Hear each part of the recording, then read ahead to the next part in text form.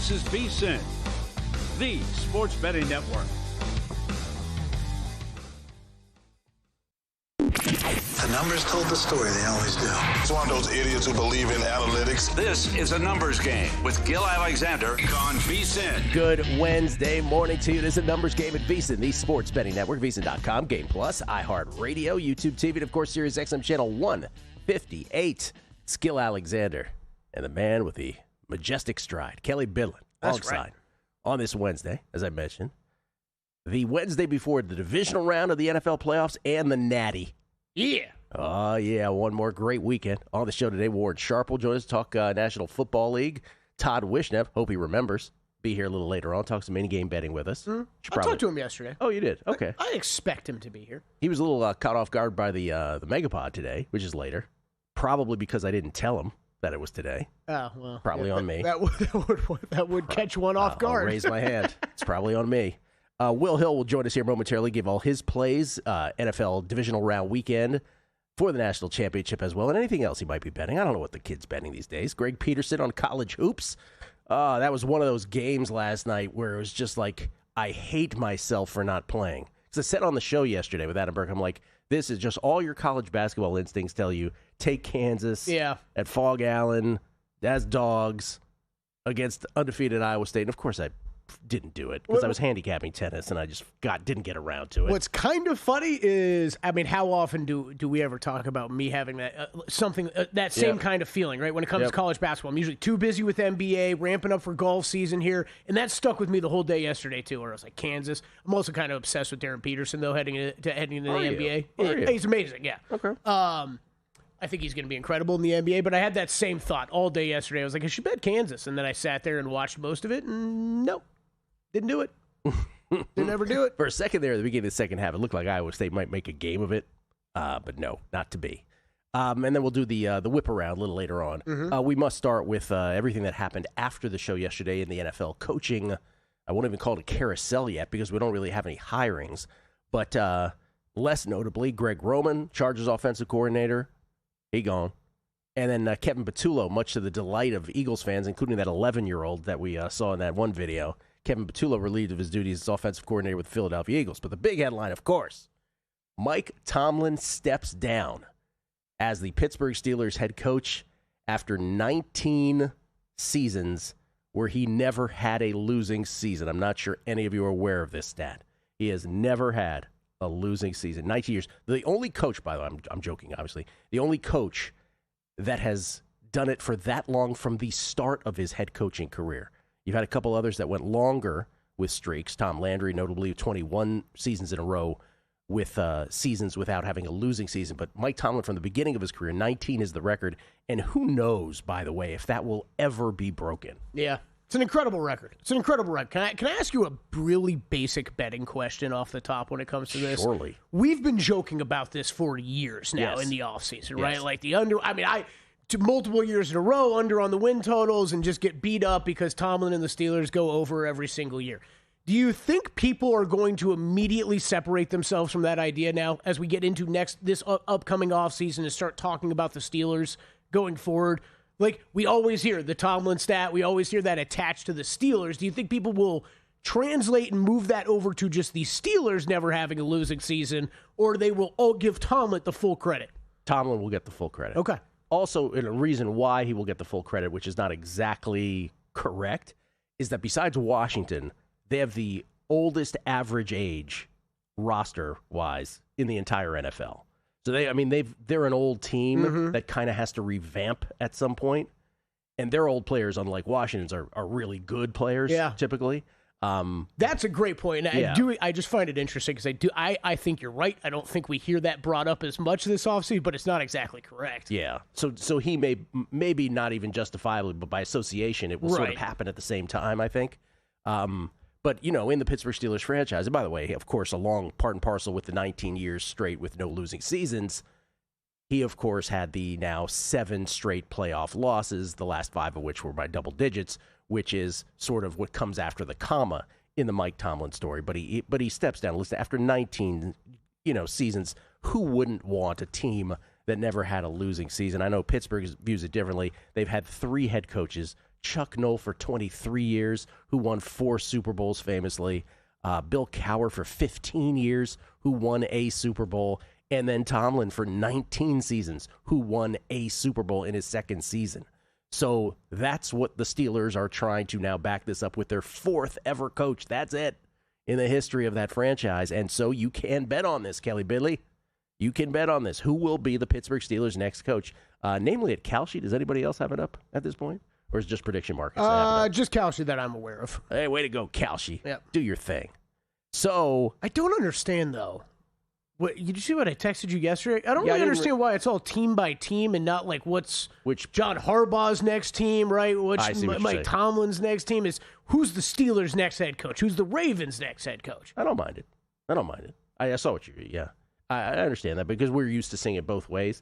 But at least at Kalshi, you can bet whatever you want to bet on it, as opposed to being limited ridiculous on it. So the short shot, and again, these numbers are based on a prediction market, on actual bets, right? So bets that come in will move. This is not some odds maker shifting around. Chris Shula is your short shot. A yes on Chris Shula's plus 170. Chris Shula, the defensive coordinator of the Los Angeles Rams, and perhaps more famously with that last name, the grandson of the great Don Shula, the winningest coach in the history of the National Football League. Brief parenthetical aside on this, just to give you an idea about, putting Don Shula in context. Don Shula won 328 regular season games. Think how long we've lived with John Harbaugh and Mike Tomlin. Shula won 328. Tomlin won 193, and Harbaugh won 180. That is incredible. Just think about that. That is wild. That is absolutely wild. That's how legendary of a coach Don Shula was with the Dolphins. So Chris Shula, his grandson, current Rams defensive coordinator, is the short shot at plus 170, followed by Brian Flores, who is the yes on Brian Flores is plus 488, followed by Marcus Freeman, who desperately wants you to think that his hairline is natural, at plus 614. Side note, want to throw that in there. Kurt Cignetti, please don't bet on Kurt Cignetti. He's not going anywhere. Stop that at 9-1. And then you see Saleh, the Niners defensive coordinator, Clint Kubiak, the Seahawks offensive coordinator, plus 1150, and then former Miami Dolphins head coach Mike McDaniel at plus 1150. About Flores, by the way, because I want to say this because we bring this up all the time. Flores is the second shot behind Chris Shula. Flores, of course, after the Miami Dolphins head coaching stint and the subsequent stuff that happened after, he ended up in Pittsburgh for 1 year. Until then the Vikings, for 1 year, then the Vikings grabbed him as a defensive coordinator. He was not a coordinator in Pittsburgh. He was a linebackers coach, I believe, and what they called a defensive assistant. So he did get the step up back to the Minnesota job. So really, it was the Pittsburgh Steelers franchise that was the first to say, okay, despite this lawsuit, we'll take you back into the fold. So a couple things about it. So Chris Shula, it's not just that he's Don Shula's grandson. Chris Shula fits the mold of what the Steelers, Chuck Noll, Bill Cowher, Mike Tomlin, were all defensive guys who then lasted 15 years plus as the Pittsburgh Steelers head coach. So Chris Shula is a defensive guy with that NFL pedigree, with that legacy anyway. So it would fit in the mold of those 3 previous coaches. Brian Flores, not only was he the guy that the Steelers brought out of, but we should probably, because we always bring up the Brian Flores lawsuit, we never really explain it. Maybe we should be thorough about it. So the Brian Flores lawsuit, for those who forgot about this, it's still ongoing. The lawsuit is a 3-pronged one. He sued the Giants because he said, because remember there was those Bill Belichick texts that Flores got a hold of from Belichick himself, I guess, where even though they were interviewing Flores, they had already agreed the Giants had to hire Brian Daboll. He texted the wrong guy, right? Wasn't that Belichick texted, congratulations, Brian? Way to go, Billy Belichick. So he's suing the Giants based on that his interview with them was a sham. In other words, that they already had their head coach. He is suing the Denver Broncos because he said that their interview was a sham when John Elway was running things over there, where he was like, they were drunk and late for my interview, whereas Elway and crew, their counter was, dude, we all flew in from across the country on flights, and we have all these extensive notes to tell you that it was not a sham.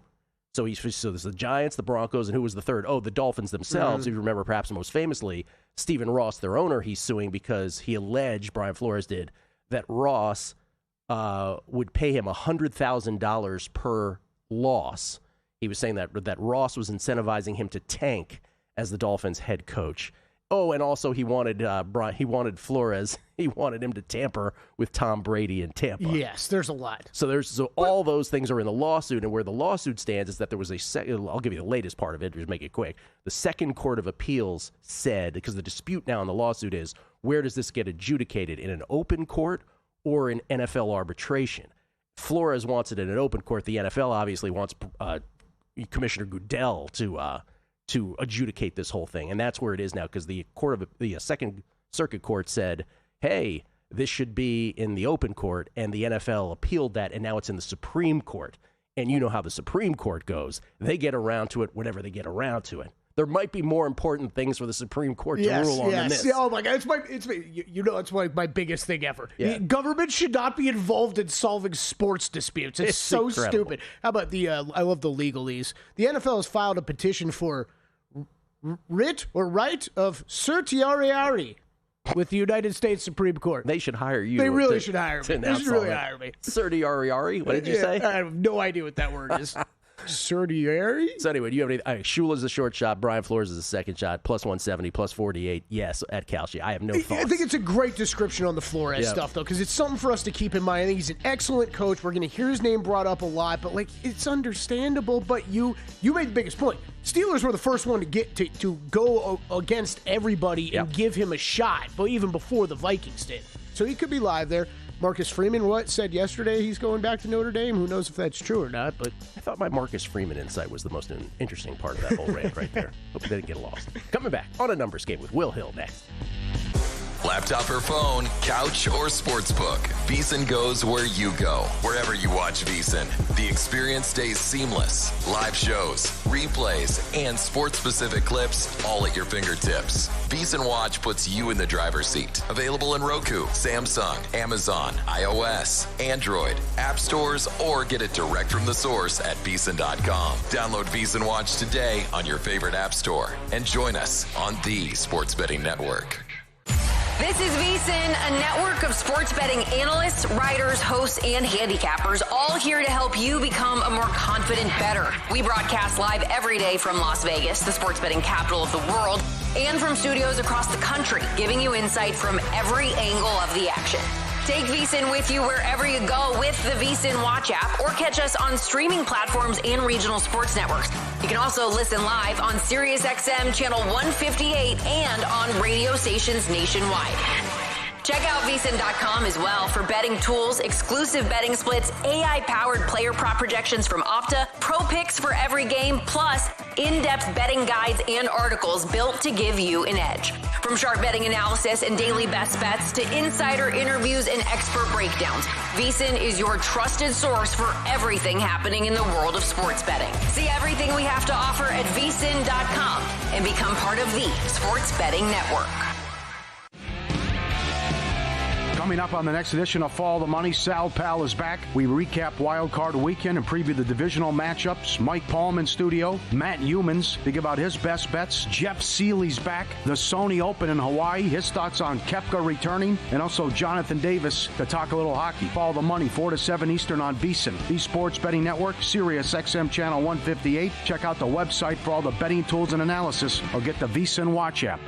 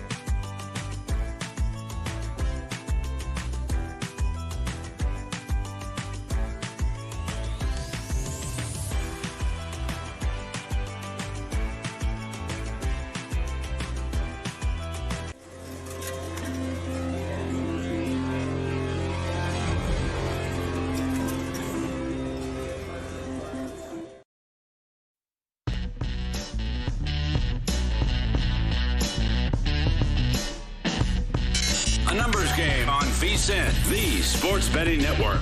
Numbers Game, live from Circa Resort Casino, downtown Las Vegas. Gil Alexander, Kelly Billin in the hizzy. We get tweets at Being the Book. Always appreciate the feedback from everybody. This is it's a real nice tweet from Todd Hoyer. It says, "Hi Gil, behind on shows, but your breakdown on Monday about why Dennis Allen was blitzing late in the fourth, knowing a chunk play wasn't the worst outcome was excellent," he says. "That kind of insight makes ANG such a great listen and better than the usual talking head prattle." Thank you so much, Todd. Appreciate it. Whenever we're positioned above prattle, we're happy about that. That really was a great football breakdown. Thank you I think I said that on air, but I didn't tell you that off air. No, you did. Thank you so much. P5 Legends. Gil, when Drew Dinsick pointed out the stats-defying streak of Medvedev, 22 career ATP titles, all at unique sites, I bet plus 150 on Kalshi that either Drew or you would go binomial distribution, or that Fezzik would text it in from the gym. Yeah, I'm surprised he didn't text it in at that point. That's true. Let's see. Let me guess. Got a lot of reaction to my my law expertise. Draco May, isn't the Falcons' job the most attractive? Or am I crazy? Elite weapons, solid defense, winnable division for many years to come. Harbaugh/McDaniel combo would be astonishing, in my opinion. I think Atlanta is the best job. That defense has great young players. I always thought it was sneaky good defense this year, with Pierce and Watts sort of anchoring it as the young players. The only problem is, of course, and you've got all those great weapons on offense. The only problem is quarterback. I'm not a Penix guy. That's the only thing. But other than that, I think it's by far the best. Jason H11, Captain Obvious checking in here. Remember, Shula had a shorter regular season and fewer postseason games to amass that crazy number of wins as well. That's a very good point by Jason H11. Talk about Don Shula. And Jason H11, new rule. If Kelly can't read the lawsuit, it should be immediately thrown out and sent to the commissioner. Agreed. Basically said the same thing off air. Stringfellow Hawk, no wonder Latin is dead language. Kelly just mentioned it. Or just murdered it, pardon me. And Vegas Vice, Certiorari, pronounced, what does he say? Certiorari. Yeah, Certiorari? Oh, that's right. That's the Latin? Certiorari, that's right. Sure, yeah. Kelly Bidley. Absolutely. Latin. Will Hill joins us now. He knows his Latin. You can follow him on Twitter at @NotTheWillHill. That's 2 E's on the "the." He's the host of the Shoulda Bet More podcast. He also writes for FoxSports.com and is the star of the Megapod. Once again today with Cleve TA. How you doing, Willie? Gilly, I'm not a Penix guy either. Not that there's anything wrong with that. See what he did there? I did. That's for Will comes with jokes every Wednesday. That's for the late night audience. That's what that joke was about. Will, let's do these one. Well, let's start with the Natty before we get to the NFL games. Remind us where you stand. I believe you have Miami futures, do you not? Oh, yeah. They told me it would be so easy. Just get them to the title game. You can, these 18, 20, 151, just a nice, clean, easy hedge, which, I mean, I guess the money line is still much shorter than that, but was not expecting a minus 350, minus 325. All right, you go to the exchange, it's minus 300. You get the point. We sit here and talk about, taking these long shots. Just get to the title game, I'll hedge. And I actually made the mistake of hedging one game out, took Ole Miss plus 3.5. I thought it was the right side. Lost by half a point. So, I don't know. I might just be riding it out. That being said, I think Miami wins the game. I've been confident with them this whole run, even though I did like Ole Miss plus the points last week. I thought they beat Ohio State, thought they beat A&M, and the reason is similar this time. They're so good up front, and when you're good up front, all bets are off. The old saying is a cliche. It's a cliche for a reason. You can't throw from your backside, and I think they'll pressure Mendoza. And to me on offense, the key is just, can you line up? Don't get cute. No flea flickers, no trick plays. 4 or 5 yards at a time, control the ball, control the clock. I think this number has gotten away from the point of, I know Indiana's been dominant and you have to tax it, you have to inflate it, but the look ahead line was 5.5. People talking about this team is better than LSU 2019. Just 2-3 games ago, they were a 3.5 point dog to Ohio State. We saw Miami did to Ohio State, won that game pretty comfortably. So I think Miami playing their home field for whatever that's worth. I think they are very live. I like them plus the points. And again, I think they do win the game. Are you hedging at all on this? It's a great question. As of now, probably not, just because I can't get myself like minus 325, minus 350. I feel like I'll get a point where Miami either has a lead, or even if you get let's just say Indiana gets the ball, you get a 3 and out, all of a sudden that minus 300, minus 320 becomes minus 250 or 240. So I'll be a little bit greedy. I'll ride it out. I'm saying that now. I could always change my mind, but I don't know. What would you do if you had those long tickets? You're usually a ride it out guy. Yes. If it was minus 140, like they played Oregon, I think the look ahead line was minus 130, minus 140. That's easy. You know what? I could take a big chunk of a profit and just bank it and maybe play for the rest and figure it out that way. When you're laying minus 350 on a hedge, aren't you better off just, you know what? Maybe it's meant to be. Maybe you just shoot your shot here. That's how I would think it through. Listen, I'm the guy who has the Indiana future. And I have this perfect thing where I could take the plus 8.5 and just try to hit both. And even that I'm not sure I'm going to do. Yeah. Right? So we're like kind of completely opposite ends of how we're approaching this game and just how we break it down. By the way, I think Miami's great. I just think Indiana, like if they win this and go 16-0, I'm just trying to think, where do they rank all time in my like great college football? I mean, was that early 2001 Miami Hurricane team, or was 2000? Which one was it? Was the greatest, I think, of all time? Maybe that 2019 LSU team. These guys are right up there behind that group, aren't they? If they go 16-0, when you look at the results, absolutely. I think when you look back, and it's hard to do in the moment, but maybe 3 years from now, 5 years from now, do they have that kind of NFL talent? Probably not. I don't even know if they have more NFL talent than Miami. I think they probably don't. That's why I think Miami's live in the game. Miami has NFL guys. And just a quick non-betting point aside, I don't mind it. It's just because we're in the content business. Anything that gets us closer to March Madness, I'm cool with in terms of football. But college football ending on January 20th, January 19th, it's a little dragged out. I wonder if that hurts just like the general interest, the ratings. It is a Monday night, like a week away from February. That's a little long for the college football season, is it not? Yeah. When we first had this format, none of us really anticipated the gap between quarterfinals and semis and finals. Right? It's like a little more than a week for each, so it drags a little bit. I would agree. And the games are never on the same days either. You're playing on a Thursday and you're playing on a Friday and some are on a Saturday and the title game's on a Monday. I don't know. I mean, college football's got a lot to sort out, and we don't have time to sort out all of their issues because they got plenty of them. But I do wonder if there's a better way to do it. It's the great Tyler Shoemaker tweet parroting the Saturday Night Live sketch with Nate Bargatze as George Washington. Oh, surely this great sport on Saturdays, you will have the championship on Saturdays. No, we will play the semis on a Thursday and Friday and the finals on a Monday. That guy was very, very clever tweet. All right, let's do this. Let's do about 45 seconds on each of these games. Let's do them in chronological order. Let's start with the very first game of the weekend. The Bills and the Broncos were right. It's a pick 'em here at Circa, though it is mostly a Broncos tick of a favorite. Where do you stand here? Yeah, by the way, Megapod will be later today, much to the dismay of Todd Wishnev. I don't want to say he's a diva, but you asked both of us, hey, Megapod tomorrow, 4:30 Eastern. Okay, I said it's fine. Wishnev threw a big, hissy fit. I mean, this guy is just too much.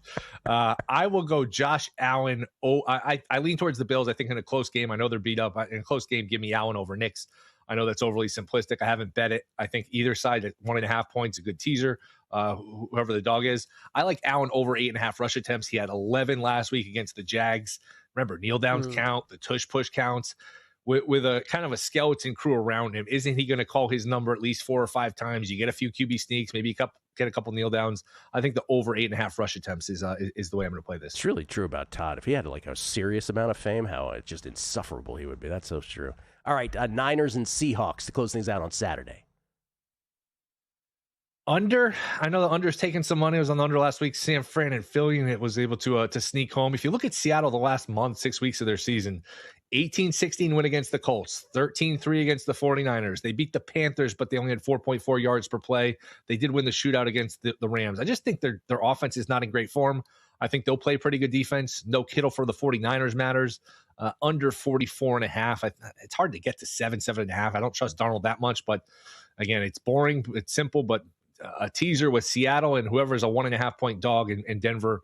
Buffalo will be a popular one, and that's one I can get behind. But I do lean towards the under here. Super interesting game Sunday morning. Patriots and Texans. Patriots a 3-point favorite.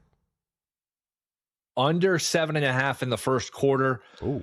Stroud fumbled 5 times and threw an interception. May fumbled twice and threw an interception. All coaches hate turnovers, but defensive coaches especially are all about protecting the ball. Conservative nature to begin with.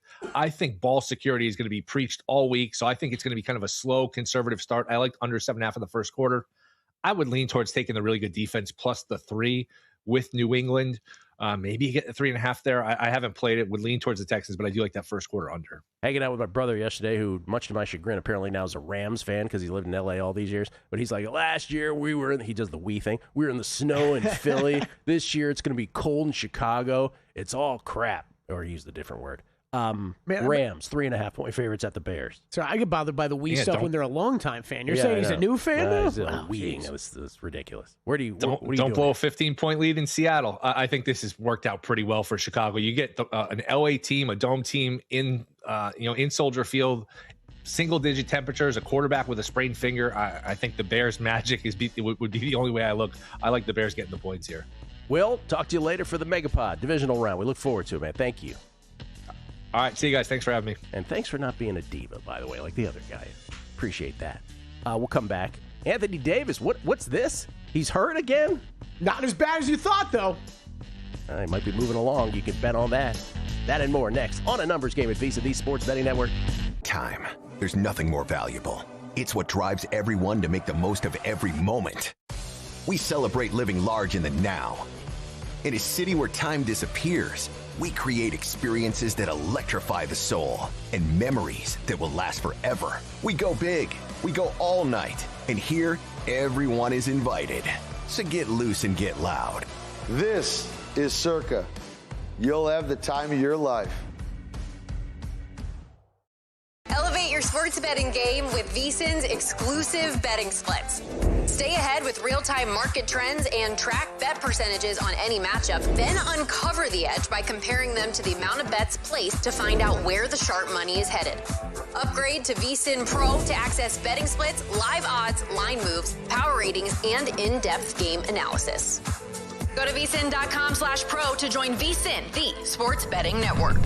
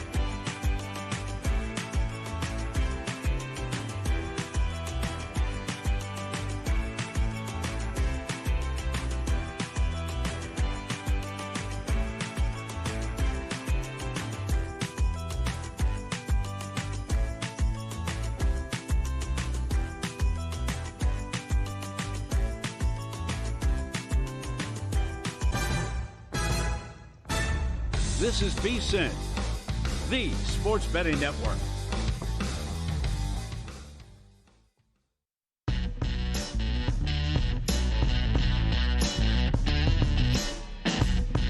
A numbers game on VSiN, the sports betting network. Hey, if you want to bet smarter, start with smarter insights at VSiN.com. Greg Peterson's college basketball best bets. Greg will be joining us here a little later on, correct? Oops. Zach Cohen's Buffalo, Denver, and San Francisco, Seattle previews. Wes Reynolds' Sony Open preview. I believe Kelly Billy's got one later on the show as well. Yeah. And later today, you can check out Zach Cohen's NBA best bets, Jonathan Davis's NHL picks and props, and Dave Tooley gives his takes on the divisional round. We like to call them Tooley's Takes. Tooley's Takes, that is. Right now, use promo code ANG. ANG as in a numbers game. To save $60 off a VSiN Pro annual subscription at vsin.com/subscribe. We get tweets. Beating the book, always appreciate it. This is T. Sheldall, who says, not that the Steelers' win total was always as low as 8.5 wins, but a 19-year rollover parlay would have been pretty sweet. Oh, well, maybe next time. Yeah, you imagine they offer the old rollover. They don't offer it, but you could just do you would do it yourself. Literally bet every game money line, I guess, yeah. Or every season. John Massey, the Steelers have more Super Bowl wins than head coaches. Woe is they. Isn't that amazing? More Super Bowl wins than head coaches. 6-3, about to be 6-4. That is pretty good. I don't think anything's good. I'm never going to be more impressed than the Larry Fitzgerald one. More tackles than drops. More tackles than drops is pretty incredible. It's wild. That is wild. But for a franchise, no other franchise compares to that. More Super Bowl titles than head coaches. Brian Schaefer was listening to Pat McAfee yesterday, 15 minutes before the Tomlin news that he stepped down. Pat got a text and hinted breaking news going to happen. Peter Schrager was on hinting Tomlin. I went on Kalshi, and it was still even money. Hope Gil got my tweet to take advantage of it. I did not, Brian. I did not get it in time. Wish I had been on Twitter and seen it. But good on you. Sam Ginsberg, our buddy from Pittsburgh, PA, says you and Will should do a deal with each other to lock in some gains on the Indiana and Miami tickets. Would save juice. Good point. Chris Heath. I've hedged my 66-1 Miami ticket twice, and now it's only 3-1. And now it's no longer hedged. Can't do anymore. This is the thing about also. I am so... Who tweeted that in, Chris Heath? Chris Heath, I'm so glad you bring this up. Thank you for tweeting it. Thank you. Because it's just like, it needs to be... I don't want to say a warning, but that is this is we get so many of these questions, so many of these tweets. I've gotten probably 5 texts in the past 24 hours about I've got this massive future, future. What do I do with it? It's a cottage industry. I like to say it's a cottage industry on Twitter because it makes people feel smart about like, oh, this is how you should do this is how you should do that. And again, my point is always, you made the bet in the first place for a reason. Does the amount of money you are looking to lock in, now maybe if you have this massive ticket, maybe it's a different story. I get it. If you're looking to lock in whatever your number is that feels like I need to have this to feel like I did something with it. But like there's a lot of people, we'll get tweets from people who are like, yeah, I want to lock in, $100 in profit doing that. Well, if it means that much to you, okay, that's one thing. But does it really? Yeah, I mean, it's just become this reflex, this knee-jerk where everybody's always, the instinct is I must hedge. You made the bet for a reason in the first place. If there are injuries, that's one story, and things have changed. Yeah. If there's not, if it's the same team intact and you have that original conviction, I just feel like more people ought to let it ride than not. That's just me. It's so personal is the thing. It's so personal. Yeah. I always like that you bring up of just in general, like what has changed since you made the bet. But I also think like when you're making these bets, you need to, like there's nothing wrong with Chris Heath having a 3-1 ticket, right? Like if that was where you're okay landing with that ticket, you just know that if you're going to hedge along the way, it might end up that way. 3-1 is still better than nothing. Yeah, I mean, like that's still better than nothing. But you need to know ahead of time what you're going to end up doing with that, how you're going to play it out. And some people they think what I said is ridiculous, and I get it. It's everybody's risk tolerance, what you're in it for, that kind of thing. Right. And it's just, again, so hard for us to answer because it's so personal, right? It is. What means a lot to you? And some people are just more risk adverse than others. Clifford J. Maher at Aloha Chili says, good morning, Gil. Please tell your text that the app is not working for watching. It's been buffering frequently since 4:30 a.m. Listening works fine. Thanks. Clifford wants to see us, though, in addition to listening. And Josie714, he says, I hereby declare on the 14th day of January in the year of 2026, Kelly Billin is promoted to co-host of ANG in the B chair. You're welcome. There you go. Joe B has just promoted you. Joe C has just promoted you. Thanks, Joe. Josie714. Banger. Okay. It's probably because of my excellent Latin. Oh, that's what it was. Yeah. Probably was. Certiorari, what did you say? The last hedging thing real quick. Yep. You know what all I could think about when Will was talking about it too, though? Just goes back. I know we spent plenty of time on it. But oh my gosh, these guys that are in Survivor at the end. Like this is whatever we want to talk about with Miami tickets and whatever, sure. Like I'm just thinking back to just a couple weeks ago when these guys had to figure out what they're going to do with millions on the line. Yeah. It's incredible. One thing back to the Will Hill segment, because Will Hill was talking about he's taking Josh Allen rushing attempts over. Not sure if he mentioned the wide receiver story with the Bills. I'm tailing Will. You're tailing him on that? The Bills announced yesterday, for those who missed it, that Terrell Shavers has a torn ACL. And not only that, he played a half with it. Like 23 snaps or something. What?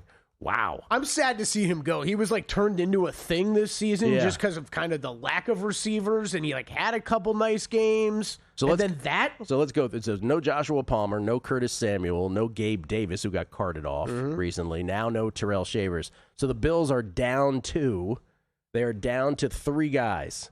Keon Coleman, Brandon Cooks, and Khalil Shakir. And even beyond that, right? Brandon Cooks just picked up off the streets a few weeks ago. That's correct. Keon Coleman, reminder, a healthy scratch multiple games this year. They don't want to play him. They don't want to play the guy. Yep. But you know what, Gillen? Where'd he go to school, by the way? Florida State. Mm-hmm. I'm pretty sure it will be the last time that the Bills will be drafting a Florida State wide receiver in the first round after him and Kelvin Benjamin were both just fall on their face embarrassment. Kelvin Benjamin, remember that? Keon Coleman was basically the same guy, too. It was like, we need someone who's 6'5" that can jump up and get these balls from Josh Allen. Kelvin Benjamin seemed bigger than Keon Coleman did, but yes. I think he is a little bit. Yeah. I think Kelvin Benjamin was a big dude. Yeah.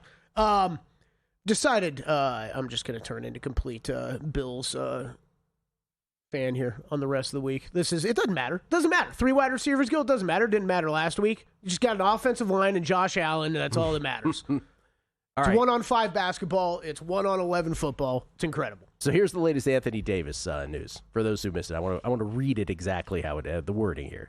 So Maverick star Anthony Davis will not require surgery now on his injured left hand.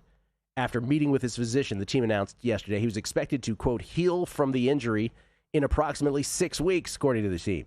Mavericks have had renewed trade talks around Davis with multiple interested teams, and those conversations are continuing as the February 5th trade deadline approaches. So Anthony Davis, you can bet his next team as well, where he might end up.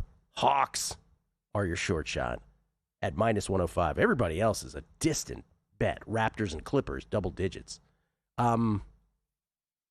Stays with Dallas is actually the favorite. Stays with Dallas or retires. Let's be clear. That's -400. Yeah. Then it's the Hawks at -105. Doesn't feel like he's staying with Dallas or retiring. Feels like the Hawks are the favorite to me. But would you bet the Hawks here? They are. I think the Raptors are really interesting. I wouldn't be running to bet the Hawks. I mean, think about what you just said. We heard over a 24-hour period, the story on Anthony Davis's injury has changed. Needed surgery, now he doesn't need surgery. Already a guy that's made of glass and you have injury concerns with. I don't know if he gets moved or not, Gil. If he does, Dallas is basically in full salary dump mode, and they are hitting the reset button, which is, my God, from where this franchise was at a year ago with Luka Doncic on the team to what this has turned into. Just one of the biggest disasters in a 1-year span that I can remember. It's that. I think if you're thinking you're getting a lot for return for Anthony Davis at this point, I think you're crazy. And I think this is just going to turn into that. If Dallas has really accepted that they want nothing much back for him besides getting rid of his salary and getting some draft picks, then sure, he'll get moved. I don't know that they can. Can you live with yourself though after trading for him, trading Luka Doncic for him? If that's all you're going to get, I don't really know. It's what I have a feeling he ends up still on Dallas. I think I wouldn't go after a specific team. If you were convinced he's going to get traded, I think you just bet the no price on him staying with Dallas at +156.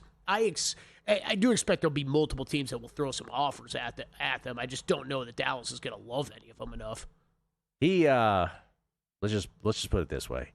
Has there ever been a player like this guy? He is one of the NBA's 75 greatest players. He made the 75 greatest group. And before you can even get into the sentence about him to synopsize his career, you have to say the oft-injured Anthony Davis. It precedes him.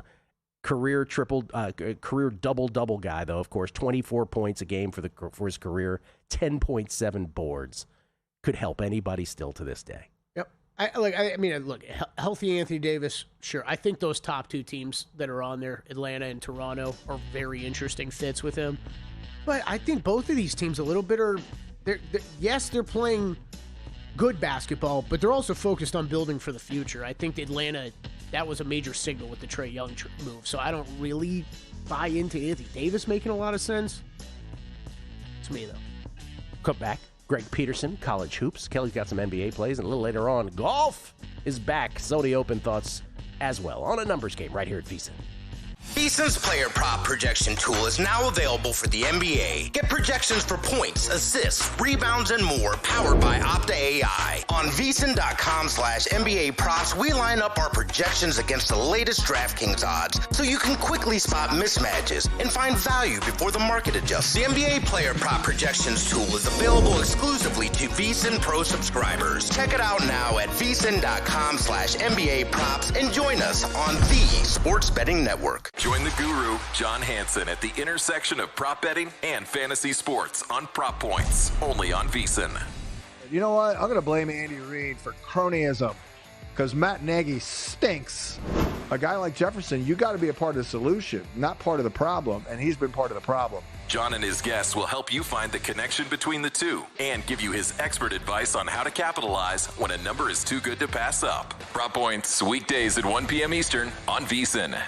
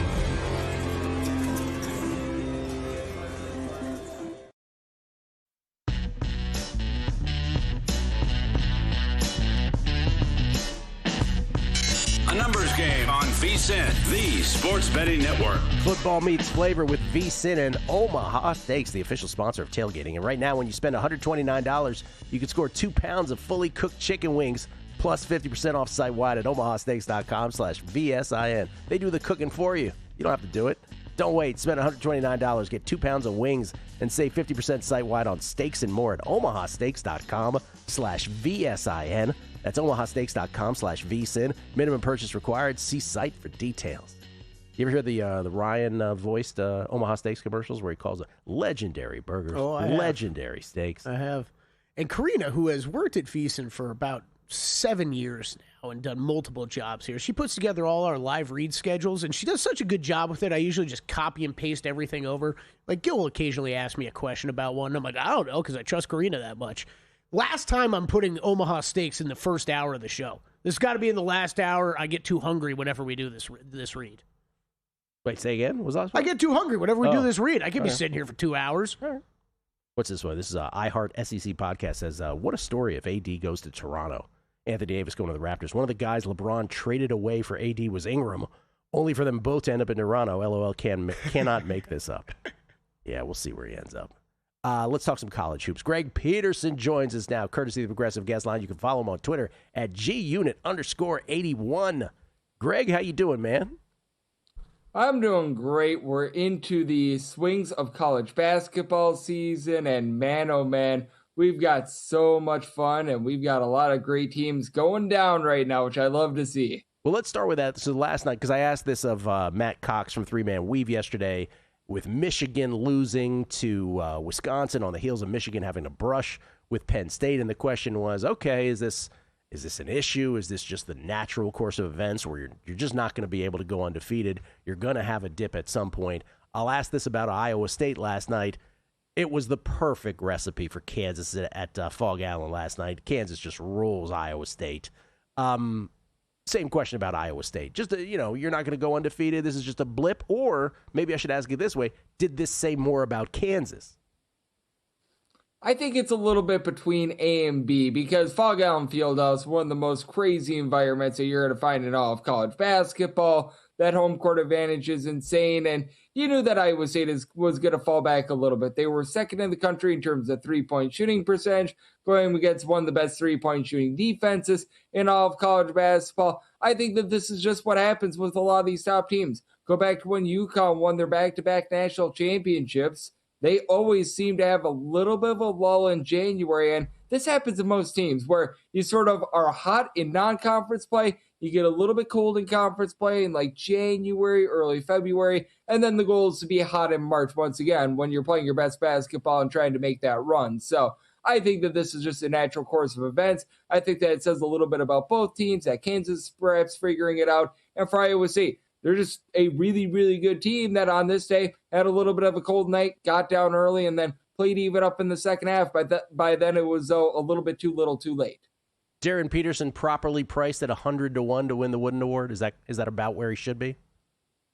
I would say that it even needs to be a little bit longer, because keep in mind, this guy missed almost the entire non-conference portion of the season. He would need to try to win this award with missing 10 games this season. I just don't know how you give it to the award to a guy who missed so much time. So I would actually say that there's not really a lot of value on him at 100-1, mainly because he's going up against a whole bunch of guys that are going to have played a full season. Yeah, 10 is in college. It doesn't sound like a lot when we talk about other sports, but college basketball, it's a third of the regular season, basically.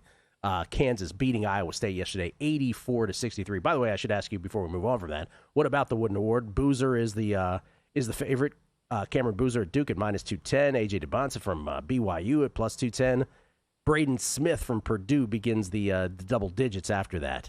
What do you think?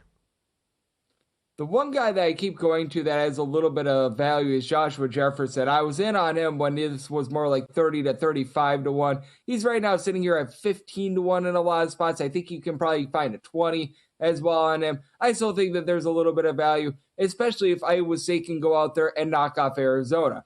Really the one team that has yet to have a hiccup in college basketball, so I want to be watching out for Arizona because they're going to be in action on Wednesday, and they're really that one team out of the tops in all of college basketball that Other than that game against UConn, they haven't had too much of a test, but I'm with Jefferson. He's been doing a little bit of everything at 6'8". He generates turnovers. He's able to give you rebounds. He gives you assists. He's been a little bit of a do-it-all guy for Iowa State. So I think that he has a little bit of value. And when you just take a look at this award in general, Darius Acuff is right now sitting there at 100-1. This Arkansas team is really starting to heat up in terms of their offense. If he can go out there and continue to be rock solid, as he's been scoring like 19 to 20 points per game as a freshman, if he gets hot in SEC play, there might be a little bit of value on him as well. Yeah, as I look at it, I look at LeBaron Philon at 75-1, and I just feel about him as I do about Alabama.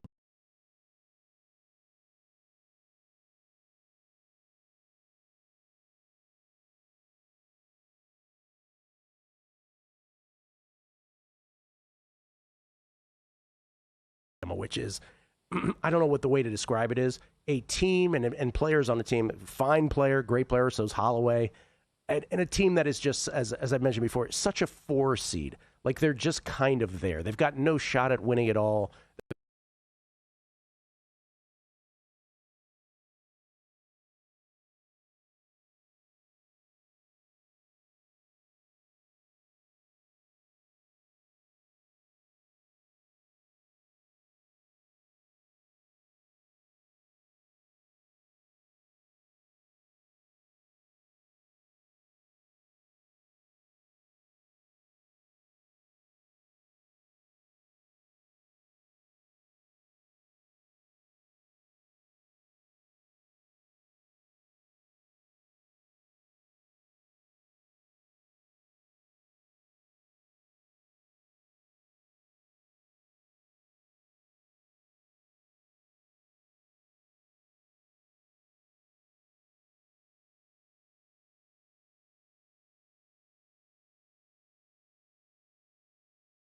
$75-1. I just feel about him as I do about Alabama, which is, I don't know what the way to describe it is, a team and players on the team, fine player, great player, so is Holloway, and a team that is just, as I mentioned before, such a 4 seed. Like, they're just kind of there. They've got no shot at winning it all.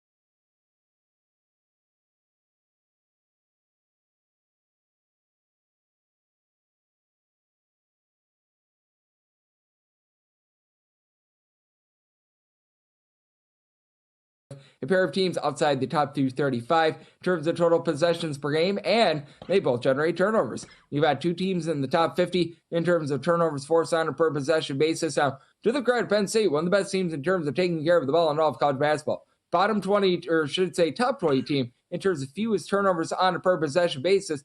That said, it's a Penn State team that doesn't give you any sort of second chances whatsoever. Not a single guy on the roster that gives you over 4.5 rebounds per game, which means I think that UCLA is going to be able to play a little bit of bully ball here. And this UCLA team has been rock solid from 3-point range. Tyler Bilodeau, saying 6'9", he's able to shoot it relatively well from 3-point range. But that said, I do think that this is going to be a game that's very much slowed down. And with UCLA, their offense has a lot of volatility when they're away from home as well. With this UCLA team, you may recall Mick Cronin last year was complaining about seeing the Statue of Liberty twice in like 3 weeks and everything like that. Do you think that UCLA goes on the road, gets the job done against a Penn State team that just really doesn't have a lot down low? So I'm willing to lay it, and I'm going to be on this total under as well. All right, one of the last 2 games of the night, along with Duke and Cal, I suppose. TCU in action, catching a whole bunch of points here tonight.